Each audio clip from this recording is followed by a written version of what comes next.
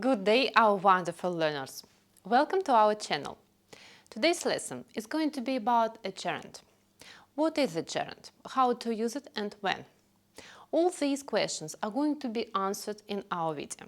Stay with me until the end of this video and find out about grammar usage of the gerund. After this video, our free grammar quiz is waiting for you to check your understanding of this rule. Let's get started.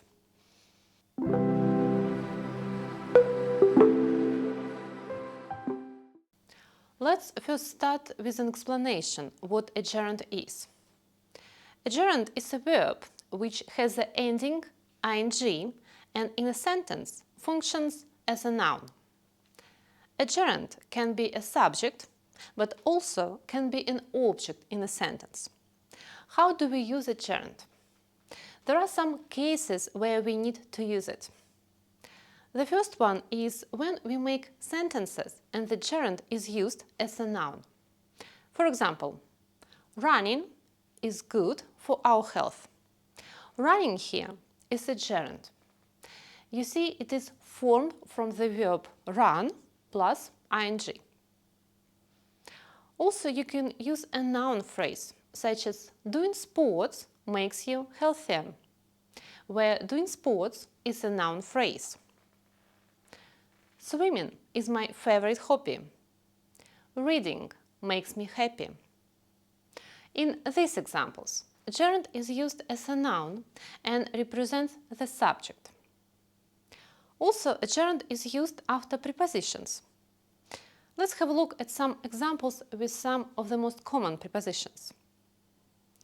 She is good at cooking. He is interested in learning new languages. Before going home, she met her friend. After finishing cleaning the room, she was tired. She is worried about failing the exam. Also, a gerund is used after the main verb go when we talk about physical activity. For example, I often go shopping in the morning as there are less people about. We usually go swimming in the lake. Also, a gerund is used after certain verbs which are followed after the main verb, which are admit, avoid, deny, consider, imagine, fancy, spend, mind, enjoy, suggest, and others. Here are some examples using these verbs. I suggest going to the museum on Saturday. I enjoy hiking in the mountains.